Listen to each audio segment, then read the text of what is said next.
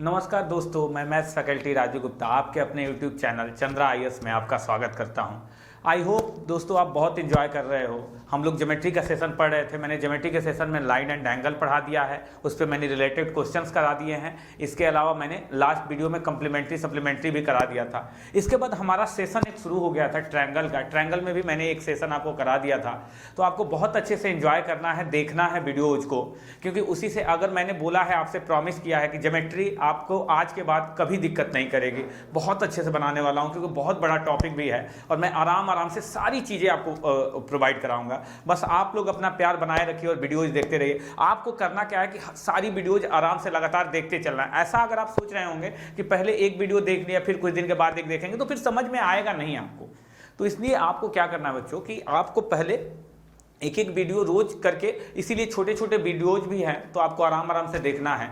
आइए इसके बाद हम बातें करते हैं कि ट्रायंगल के बारे में मैंने कुछ चीज़ें आपको समझाया था कि टाइप्स ऑफ ट्रायंगल क्या होती हैं, ये सारी चीज़ें। तो इसमें थोड़ा सा आपको ध्यान देना है। आइए हम बात करते हैं आगे कि क्या क्या चीज़ें हैं आपको और क्या क्या चीज़ें बात करनी है। तो आइए हम बात करते हैं ट्रायंगल के बारे में। तो मैंने आपको बताया था ट्रायंगल्स के बारे में कि क्या चीज़ें बताई थी मैंने ट्रायंगल्स के बारे में। तो मैंने ट्रायंगल्स के बारे में आपको बताया था कि कंडीशन क्या फॉर्म होती है, टाइप ऑफ ट्रायंगल क्या होता है। तो मैंने टाइप ऑफ ट्रायंगल बता दिया था, लेकिन कंडीशन के बारे में थोड़ा सा हम लोग बात कर लेते हैं। जैसे मैंने बोला था कि अगर कोई ये ट्रायंगल है, एक ट्रायंगल है ABC, तो मैंने बोला था कि ये एंगल A हो जाएगा, ये एंगल B हो जाएगा और ये एंगल क्या हो जाएगा, C हो जाएगा।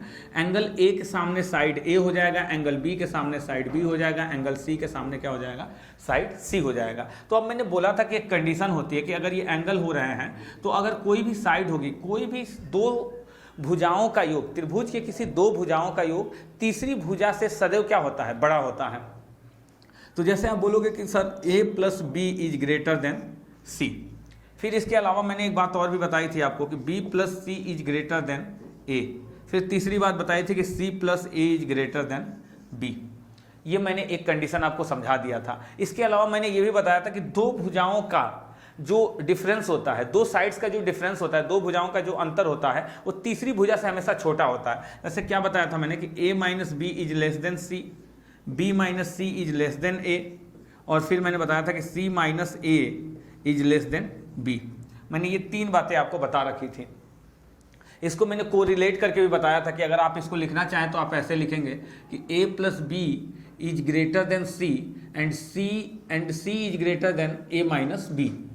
ऐसे ही क्या था कि B + C is greater then A, और फिर यहाँ से क्या हो जाएगा, B - C हो जाएगा और ये लेस देन A हो जाएगा। फिर C + A is greater then B and C - A is less then B। तो ये तीन कंडीशन मैंने आपको बता दिए थे, किसमें, ट्रायंगल में। अब हम इसी के बारे में बात करने वाले हैं कि थोड़ा सा कैसे कैसे चीज़ों को हम समझते हैं। तो आइए जरा मैं बताता हूँ कि इसमें कंडीशंस क्वेश्चंस कैसे बनते हैं। तो थोड़ा इसके बारे में हम लोग बात कर लेते हैं। जैसे मैंने बोला कि कोई भी त्रिभुज है, कोई भी त्रिभुज बनने की स्थितियां हैं, अगर इस क्राइटेरिया को फॉलो नहीं करेगा तो फिर दिक्कत हो जाएगी। जैसे मैंने कहा क्या, आप देख लो एक ट्रायंगल में जैसे बता रहा हूं कि तीन भुजाएं हैं, 5, 2 और 2। तो क्या ये त्रिभुज बन सकता है? पॉसिबल ही नहीं है। आप बोलोगे क्यों? क्योंकि सर 2 और 2 4, माने 2 साइड मिलके थर्ड साइड से क्या हो गया, छोटा हो गया। तो ये पॉसिबल ही नहीं है, ट्रायंगल खींचा ही नहीं जा सकता है। आई होप आप समझ रहे हैं बातों को कि इसके लिए क्या होना चाहिए, कम से कम दो साइड जो होते हैं, दो साइड का सम थर्ड साइड से सदैव क्या होगा, ग्रेटर होगा। इसके बाद आप ये भी देख लो कि जो दो साइड का डिफरेंस होगा वो थर्ड साइड से क्या हो जाए, दो साइड का जो डिफरेंस होगा वो थर्ड से हमेशा छोटा होगा। तो क्या हो जाएगा, 5 - 2 है तो ये 3, ये भी नहीं सेटिस्फाइड हो पा रहा है। तो आपको ये बात समझनी है कि जैसे मैंने क्या बोला कि 2 + 2 हो गया, तो 2 + 2 क्या होना चाहिए, जैसे कि ग्रेटर देन होना चाहिए 5, लेकिन नहीं हो पाएगा। क्यों? क्योंकि 5 बड़ा है। तो इसलिए मैंने बोला था कि दो भुजाओं का जो सम है वो तीसरी भुजा से बड़ा होगा। तो इस कंडीशन को आपको फुलफिल करना है तो भी त्रिभुज बनाया जा सकता है, नहीं तो त्रिभुज पॉसिबल ही नहीं है। तो अब अगर कंडीशन ये बोलता है कि एक क्वेश्चन आपसे बोल दिया कि अगर एक ट्रायंगल है और उसकी साइड्स हैं, एक 8 है और मान लीजिए कि दूसरी साइड्स 15 है, और एक मान लीजिए कि थर्ड साइड आपका क्या है, एक मान लीजिए कि मिड साइड, हमने मान लिया कोई भी साइड x है। तो आपसे ये क्वेश्चन पूछता है कि x की क्या क्या वैल्यू पॉसिबल है। आपसे बोलेगा कि x की क्या क्या वैल्यू पॉसिबल है, कि क्या क्या वैल्यू होंगी जो इसको ट्रायंगल बनाने में मदद करेंगे, तो आप बोलोगे कि सर हमने अभी कंडीशन पढ़ा कि अगर दो साइड पता हो तो थर्ड साइड से ऑलवेज उनका सम क्या होगा, ग्रेटर होगा, यानी दो भुजाओं का योग तीसरी भुजा से सदैव क्या होगा, बड़ा होगा। और आप ये भी बोलोगे कि दो साइड का डिफरेंस, टू साइड का डिफरेंस थर्ड साइड से ऑलवेज क्या हो जाएगा, लेस हो जाएगा, यानी कि दो भुजाओं का जो अंतर है वो सदैव तीसरी भुजा से क्या होगी, छोटी होगी। तो मैंने कहा कि देखिए जैसे ये x ले रहे हैं तो x इज ग्रेटर देन होगा, कैसे, इन दोनों के डिफरेंस से। तो इन दोनों का डिफरेंस क्या है, 15 माइनस 8, और इनका जो जोड़ होगा वो तीसरी भुजा से सदैव क्या हो जाएगा, बड़ा हो जाएगा, यानी आप बोलोगे कि सर 15 प्लस 8। मैंने ये बोला कि जो साइड है x वो दोनों के डिफरेंस से सदैव क्या होता है, बड़ा होता है, और दोनों के सम से क्या होता है, छोटा होता है। तो आप बोलोगे सर 15 में से 8 गया 7, और ये x हो जाएगा, और ये लेस देन क्या हो जाएगा, 23 हो जाएगा। यानी जो साइड x होगी वो 7 और 23 के बीच में पड़ेगी, यानी 7 और 23 के बीच में आने वाले सारे वैल्यू पॉसिबल है, सारे इंटीजर वैल्यू क्या है, पॉसिबल है। इंटीजर फ्रैक्शन वैल्यू भी अगर पॉइंट वैल्यू भी आती है तो वो भी पॉसिबल है, लेकिन आपसे क्वेश्चन में बोलेगा तो बोल रखा होगा कि कितने इंटीजर वैल्यू पॉसिबल है।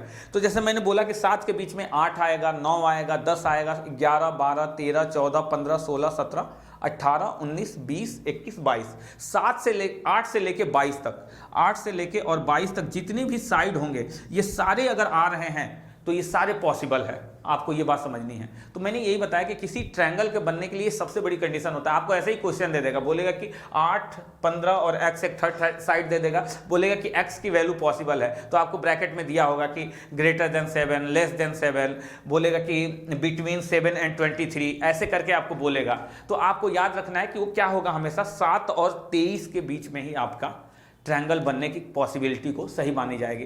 एक कंडीशन ये भी दे देता है, मान लीजिए कि आपको 3 साइड दे देगा, बोलेगा कि क्या ये ट्रायंगल पॉसिबल है, तो आप बताओगे अगर कि हाँ पॉसिबल है या नहीं है। तो जैसे हमने देखा कि 2 और 2 4 है, तो 2 साइड का सम ऑलवेज थर्ड साइड से क्या होता है, ग्रेटर होता है, बट हम देख रहे हैं कि 2 और 2 का सम जो है थर्ड से क्या हो जाएगा, छोटा हो जा रहा है, तो इसलिए ये ट्रायंगल पॉसिबल नहीं है। और अगर ये ट्रायंगल पॉसिबल है तो उसके लिए वैल्यू क्या है, 8 से लेकर 22 के बीच में। तो ये सारी बातें आपको जानते रहना है। तो आइए आगे हम बात करते हैं कि इसके बारे में क्या होगा, थोड़ी सी बातें और हम करते हैं।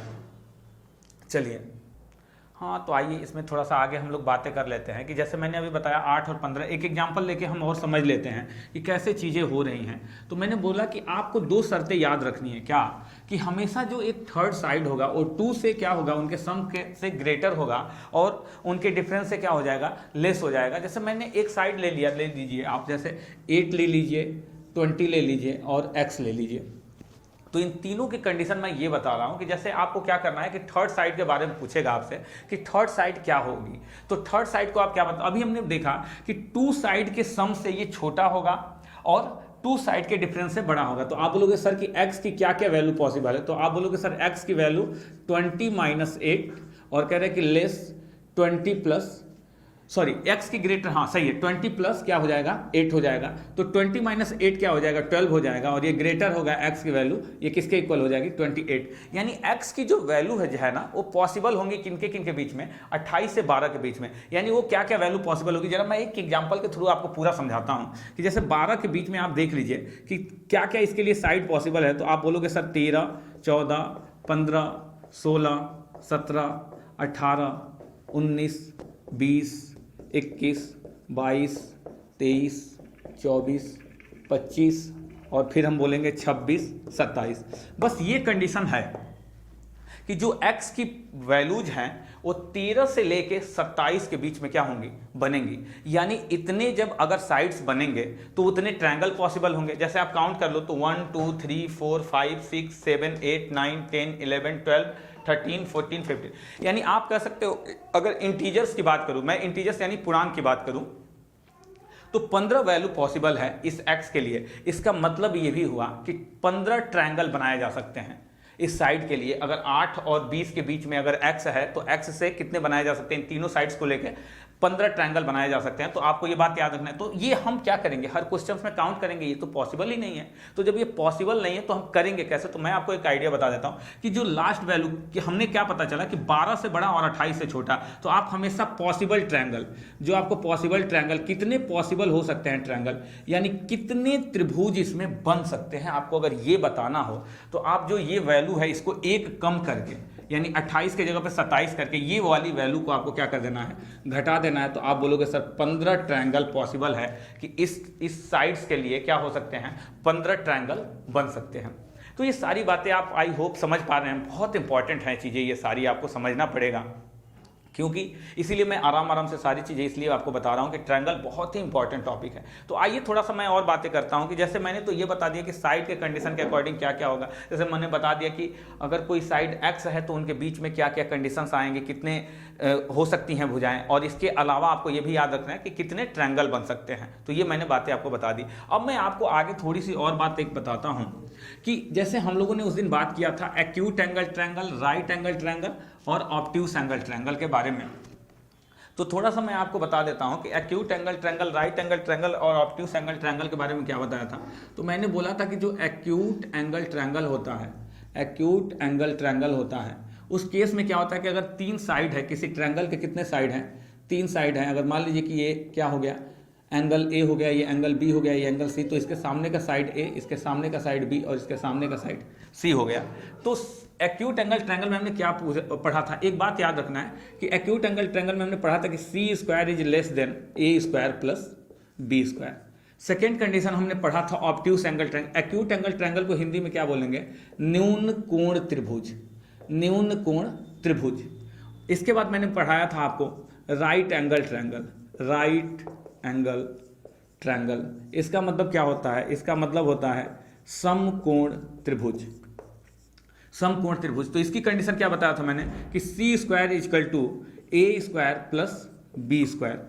और एक थर्ड कंडीशन मैंने बताई थी, क्या बताई थी कि obtuse angle triangle, obtuse angle triangle, obtuse angle triangle, यानी कि इसको हम बोलेंगे अधिक कोण त्रिभुज, अधिक कोण त्रिभुज। अब इस केस में क्या होता था, तो C square is greater than A square plus B square. ये आपको 3 कंडीशंस मैंने बता दिए थे उसी दिन ट्रायंगल में। एक बात छोटी सी आपको याद रखना है कि जो सी होगी ये हमेशा यहाँ पे क्या मानी जाएगी, लार्जेस्ट साइड, लार्जेस्ट साइड, यानी ये क्या होगी, ये त्रिभुज की सबसे बड़ी भुजा होगी। सी जो है सबसे बड़ी भुजा होगी इस त्रिभुज की, त्रिभुज की ये क्या हो जाएगी, सबसे बड़ी भुजा हो जाएगी। ये आपको बात ध्यान रखना है। तो जैसे मैं कुछ क्वेश्चंस के थ्रू आपको समझा देता हूं तो और आपको अच्छे से समझ में आएगा कि कैसे हमको समझना है। जैसे मैं एक ट्रायंगल ले लिया, जैसे मैं 2-3 ट्रायंगल ले लेता हूं। एक ले लेता हूं 6, 12, 13, एक ले लेता हूं मान लीजिए कि 6, 7, 10, 6, 7, 10, और मैंने बोला कि ये एक हमने साइड ले लिया 6, 12, 13 और दूसरा साइड ले लिया 6, 7, 10 और तीसरा साइड एक मान लीजिए मैंने ले लिया कि 5, 12, 13। अब आपको इस तीनों त्रिभुजों के लिए बताना है कि कौन सा त्रिभुज कौन सा फॉलो कर रहा है। तो जैसे आ जाइए, अगर हमने बोला कि सी सबसे बड़ी भुजा होगी तो हम थोड़ा काउंट कर लेते हैं कि 13 का स्क्वायर करके और इन दोनों के स्क्वायर के सम को देख लेते हैं कि बड़ा हो रहा है कि छोटा हो रहा है। तो आप बोलोगे कि सर आपने पहला ले लिया क्या कि 6, 7 और 13। तो अगर हम 13 का स्क्वायर करेंगे, 13 का स्क्वायर करेंगे तो क्या आ जाएगा 169। और हमको पता है कि 6 का अगर अलग से स्क्वायर कर दे और 7 का एक अलग से स्क्वायर करके हम जोड़ें तो 6 छके 36 और 7 7 क्या हो जाएगा 49 हो जाएगा। तो आप यहाँ से बोलोगे कि सर 49 एक 50 और 85 हो जाएगा।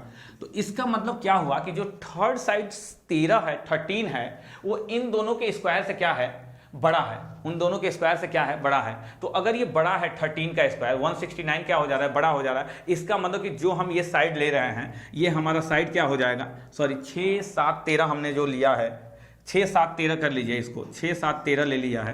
तो ये हमारा क्या हो जाएगा, ऑब्ट्यूस एंगल ट्रायंगल हो जाएगा। क्या हो जाएगा, ऑब्ट्यूस एंगल ट्रायंगल हो जाएगा। इसको क्या बोलेंगे, अधिक कोण त्रिभुज, अधिक कोण त्रिभुज।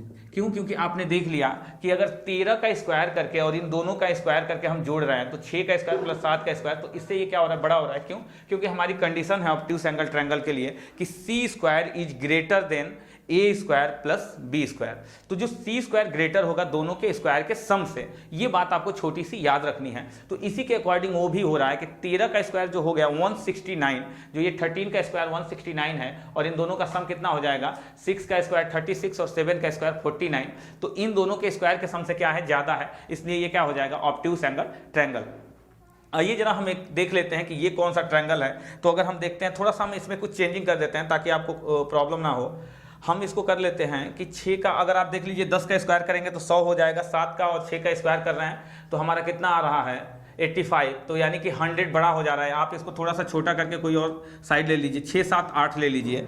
तो अब हम देख लेते हैं कि क्या होता है कंडीशन। तो अगर हमने 6, 7, 8 ले लिया तो आप बोलोगे कि सर सबसे लार्जेस्ट साइड क्या है, तो 8 है। तो अगर सबसे लार्जेस्ट साइड हमको ने 8 को लिया, तो जरा मैं समझाता हूं आपको कि इसको कैसे हम चेक करेंगे कि ये कौन सा ट्रायंगल है। तो हमें अभी कंडीशन पता है कि जो सबसे लार्जेस्ट साइड का पहले हम स्क्वायर निकाल लेते हैं। तो सबसे लार्जेस्ट साइड क्या है, 8 स्क्वायर है, तो ये कितना हो जाएगा 64। और अब हम दोनों का अलग अलग निकाल लेते हैं। तो 6 का स्क्वायर निकालेंगे और प्लस 7 का स्क्वायर निकाल के हम जोड़ेंगे तो ये कितना हो जाएगा, अभी हमने निकाला था कुछ देर पहले कि ये 6 के 36 हो जाएगा और ये 7 7 49 हो जाएगा, यानी कि ये कितना आ जाएगा 85 आ जाएगा। ये आपको समझ में आ रहा है। इसका मतलब ये हो गया कि जो ये थर्ड साइड है, थर्ड साइड का स्क्वायर वो दोनों के स्क्वायर के सम से छोटा हो जा रहा है। तो आप जरा आके देख लीजिए कि थर्ड साइड का स्क्वायर उन दोनों के स्क्वायर के सम से क्या हो रहा है, छोटा हो रहा है। इसका मतलब कि ये ट्रायंगल है कौन सा, तो आप बोलोगे सर एक्यूट एंगल ट्रायंगल है, यानी कि न्यून कोण त्रिभुज है। मोस्ट इंपॉर्टेंट है, ये कंडीशंस आपको जाननी है, इसीलिए मैंने 3 एग्जाम्पल लेके मैं आपको समझा रहा हूं कि ये क्या हो गया, एक्यूट एंगल ट्रायंगल हो गया। इसे हम बोलते हैं न्यून कोण त्रिभुज। मोस्ट इंपॉर्टेंट है, आप समझ पा रहे होंगे। इसके बाद मैं आपको तीसरा वाला भी बता देता हूं, 5, 12 और 13 का, कि 5, 12 और 13 का कंडीशन क्या है। अभी मैं आगे चल के बताऊंगा कि ये सारे ट्रिपलेट्स कहलाते हैं। आपको पूरी ट्रिग्नोमेट्री और ज्योमेट्री में पता चलेगा कि ट्रिपलेट्स क्या होता है, मेंसुरेशन में भी पता चलेगा। तो थोड़ा सा मैं ये बात बताता हूँ कि 5, 12, 13। तो जरा हम सबसे लार्जेस्ट साइड को ले लेते हैं, 13 का स्क्वायर। तो 13 का स्क्वायर करेंगे तो क्या आ जाएगा 169। अब हम इन दोनों का स्क्वायर करेंगे, स्क्वायर का सम लेंगे। तो 5 का स्क्वायर प्लस 12 का स्क्वायर, तो 5 का स्क्वायर क्या हो जाएगा 25 और 12 का स्क्वायर हो जाएगा 144।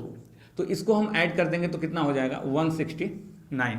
तो आप देख रहे हो कि यहां भी 169 और यहां भी 169, यानी कि ये वाली साइड हमने अगर c मान लिया, c स्क्वायर, तो ये वाली साइड a स्क्वायर और b स्क्वायर का सम हो गया। तो आप देख रहे हो कि किस केस में दोनों इक्वल हो रहे हैं। तो आप बोलोगे कि sir c square is greater then a square plus b square, ये राइट एंगल ट्रायंगल की प्रॉपर्टी फॉलो कर रहा है। तो यानी जो हमने थर्ड वाला लिया है ये क्या बता रहा है हमें, राइट एंगल ट्रायंगल, यानी कि समकोण त्रिभुज, समकोण त्रिभुज। ये बातें आपको छोटी सी याद रखनी है। तो मैंने आज आपको एग्जाम्पल के थ्रू ये बातें समझाने का प्रयास किया कि आपको कैसे कैसे चीज़ें याद रखनी है, कि कोई एक्यूट एंगल ट्रायंगल कैसे होगा, कोई ऑब्ट्यूस एंगल ट्रायंगल कैसे होगा, कोई राइट एंगल ट्रायंगल कैसे होगा। तो ये सारी बातें आपको अच्छे से समझनी है। तो आई होप आप समझ पा रहे हैं। मैं आगे और बहुत सारी चीज़ें बताता हूँ। कुछ कंडीशंस होती हैं, थोड़ा सा हम पेरीमीटर और एरिया के बारे में भी जान लें कि किसी ट्रायंगल का पेरीमीटर कैसे काउंट करते हैं, एरिया कैसे काउंट करते हैं। तो ये सारी चीज़ें तो आई होप एक बार आप अच्छे से देख लीजिए। और इसको उसके बाद हम बातें करते हैं आगे कि एक्यूट एंगल ट्रायंगल के लिए कंडीशन क्या हो जाएगी, न्यून कोण त्रिभुज के लिए, कि C square plus A square plus B square हो जाएगा। C square is less than A square plus B square, तो ये एक्यूट एंगल ट्रायंगल। अगर राइट एंगल ट्रायंगल की कंडीशन बताएगा तो C square equal to A square plus B square, यानी समकोण त्रिभुज की स्थिति को बताएगा। और अधिक कोण त्रिभुज की स्थिति को बताएगा तो क्या होगा कि C square is greater than A square plus B square. ये आप तीनों बातें समझ रहे हैं। आगे बढ़ते हैं जरा और पेरीमीटर के बारे में मैं बात करता हूँ। पेरीमीटर और एरिया बता देता हूँ कि ट्रायंगल का कैसे पता चलेगा कि कोई पेरीमीटर ट्रायंगल एरिया कैसे फॉलो करेगा। तो बताता हूँ मैं कि अगर आपको पेरीमीटर गिवन हो, आपको 2 बातें जाननी है कि अगर किसी ट्रायंगल का पेरीमीटर गिवन हो और वो इवन हो या ऑड हो तो उस कंडीशन के लिए क्या करते हैं। मान लीजिए कि कोई ट्रायंगल हमको दे रखा है, कोई ट्रायंगल है मेरे पास, और ये ट्रायंगल जो है, इस ट्रायंगल का मान लीजिए ये ए हो गया, ये बी हो गया, ये सी हो गया, इसकी साइड ए हो गई, इसकी साइड बी हो गई और इसकी साइड सी हो गई। तो अब इस केस में क्या हो जाएगा, आप जरा एक बात मेरी ध्यान से समझिए कि हम बोलेंगे कि पेरीमीटर यानी इसका जो परिमाप होगा, जो हम हिंदी में बोलते हैं क्या, परिमाप, यानी कि पेरीमीटर, पेरीमीटर यानी कि जो P होगा तो P बराबर क्या हो जाएगा, A plus B plus C हो जाएगा। ये बातें आप समझ पा रहे हैं। तो जो पेरीमीटर ए प्लस बी प्लस सी होगा तो इसकी दो कंडीशंस होती हैं, या तो ये पेरीमीटर जो आ रहा है इसका सम ऑड हो सकता है या इवन हो सकता है। तो अगर ऑड होगा तो क्या करेंगे और अगर इवन होगा तो क्या करेंगे, तो थोड़ा सा देखते हैं। मैं एक एग्जांपल ले लेता हूं, दो। जैसे मान लीजिए मैं एक 27 ले लेता हूं, तो 27 एक कैसा नंबर, जैसे मैं आपको पहले तो बता दूं कि अगर ऑड होगा तो क्या केस बनेगा और इवन होगा तो क्या केस बनेगा। अगर ऑड हो जाए और इवन हो जाए तो एक बात याद रखिएगा कि अगर ऑड, मैंने मान लिया कि पेरीमीटर पी हो गया ऑड, अगर पी ऑड हो गया तो उस केस में अगर आपको एरिया पॉसिबल ट्रायंगल पता करना हो, मतलब कि त्रिभुज कितने बन सकते हैं, कितने ट्रायंगल पॉसिबल हो सकते हैं, तो उस केस में क्या करेंगे हम ऑड के केस में, कि ऑड के केस में क्या हो जाता है, तो p + 3 का होल स्क्वायर बाई 48। अभी मैं एग्जाम्पल के थ्रू आपको समझाता हूं कि अगर p की वैल्यू ऑड आ रहा है, यानी कि विषम आ रहा है, अगर p की वैल्यू क्या आ रहा है, विषम आ रहा है, ऑड आ रहा है, तो हम क्या कर देंगे, p + 3 का होल स्क्वायर बाई 48 से डिवाइड कर देंगे। अगर p की वैल्यू क्या आ जाए, सम आ जाए, यानी कि इवन आ जाए, तो उस केस में हम क्या कर देते हैं, p के स्क्वायर को हम 48 से डिवाइड कर देते हैं। जैसे मैं एक आपको लेके बताता हूँ कि जैसे मैंने p को मान लिया, p जो हमें दिया हुआ था वो p हमने मान लिया कि p हमको दे दिया है कितना, 27। तो जब p हमको 27 दे दिया तो आप जरा यहाँ पे रखिए कि p के जगह पे, यहाँ पे जब हम 27, क्योंकि p हम ये वैल्यू क्या हो गई हमारी, ऑड हो गई, विषम संख्या हो गई, तो अब हमारा पॉसिबल ट्रायंगल यानी कि संभव त्रिभुज, कितने त्रिभुज संभव होंगे बनना, तो आप बोलोगे कि सर इसमें क्या करेंगे, यहाँ पे हम रख देंगे क्या, p के जगह पे 27 और +3, और इसका हम क्या कर देंगे, होल स्क्वायर और बट्टे में 48 कर देंगे। जब हम इसको सॉल्व करेंगे तो ये 27 3 30 हो जाएगा, तो 30 × 30 हो जाएगा और बट्टे में ये क्या हो जाएगा, 48 हो जाएगा। अगर हम इसको काटेंगे, आप बोलोगे 6 × 5 = 30 और सर 6 × 8 = 48 हो जाएगा, फिर 2 से काटेंगे तो 2 × 4 = 8 और 2 से 15 हो जाएगा, यानी कि 15 × 5 = 75/4 हो जाएगा। और अगर इसको हम और सॉल्व करेंगे तो 18 × 4 = 72, 18.75 आएगा समथिंग, 18 × 4 = 72, हाँ, तो 18.75 आएगा। तो अब बोलेगा कितने ट्रायंगल पॉसिबल है, तो आपको वही दशमलव वाली कंडीशन को मान के चलना है कि 0.5 से ऊपर चली जाएगी तो इंटीजर लेंगे उसके आगे वाला, और 0.5 से नीचे जाएगा तो पीछे वाला इंटीजर लेंगे। तो आप बोलोगे सर 18 से अधिक यानी कि कितने त्रिभुज यहाँ पे संभव हो पाएंगे, तो 19 ट्रायंगल पॉसिबल हो जाएंगे। अगर किसी ट्रायंगल का पेरीमीटर 27 है, अगर किसी ट्रायंगल का पेरीमीटर 27 है तो उसमें कितने ट्रायंगल पॉसिबल हैं, 19 ट्रायंगल पॉसिबल है। एक मैं और लेके आपको बताता हूं कि जैसे मान लीजिए p को मैंने इवन ले लिया, p को इवन ले लिया, मान लीजिए मैंने p को 40 मान लिया, तो 40 के केस में क्या हो सकता है, तो आप बोलोगे सर यहाँ से p² = 48 हो जाएगा। तो p के जगह पे मैंने 40 रख दिया और इंटू 40 रख दिया और बट्टे में क्या कर दिया, 48 कर दिया।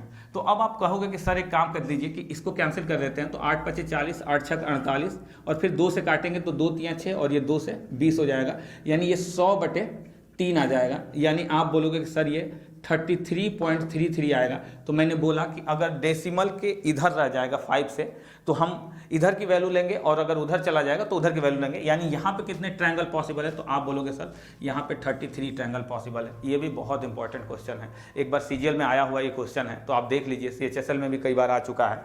तो इन क्वेश्चंस में कैसे ध्यान रखना है कि अगर p की वैल्यू यानी जो पेरीमीटर है a + b + c, इन तीनों को जोड़ने पे जो इनका सम है वो अगर क्या आ जाए, विषम संख्या आ जाए, यानी कि ऑड आ जाए, जैसे मैंने बोला था कि 27 आ गया अगर दोनों का, तो उस केस में अगर पॉसिबल ट्रायंगल यानी कितने त्रिभुज संभव होंगे ये पता लगाना हो तो हम क्या कर देंगे, ये फॉर्मूला लगा देंगे p + 3 का होल स्क्वायर बाई 48। तो मैंने क्या किया कि p के जगह पे 27 रख दिया, +3 कर दिया और बट्टे में इसका होल स्क्वायर करके 48 कर दिया। यहाँ से वैल्यू को सॉल्व किया तो 18.75 आया। तो मैंने कहा कि कितने ट्रायंगल पॉसिबल होंगे, 18.5 से ऊपर है तो ये 19 ट्रायंगल पॉसिबल होंगे। ऐसे ही मैंने बोला कि अगर इवन का केस आ रहा है, यानी इवन में कितने हैं, 40 हो रहा है इसका पेरीमीटर, तो अगर ये 40 हो गया तो p² बाई 48, तो 40 × 40/48 करेंगे तो 100/3 यानी 33.33 होगा। तो कितने ट्रायंगल पॉसिबल, 33।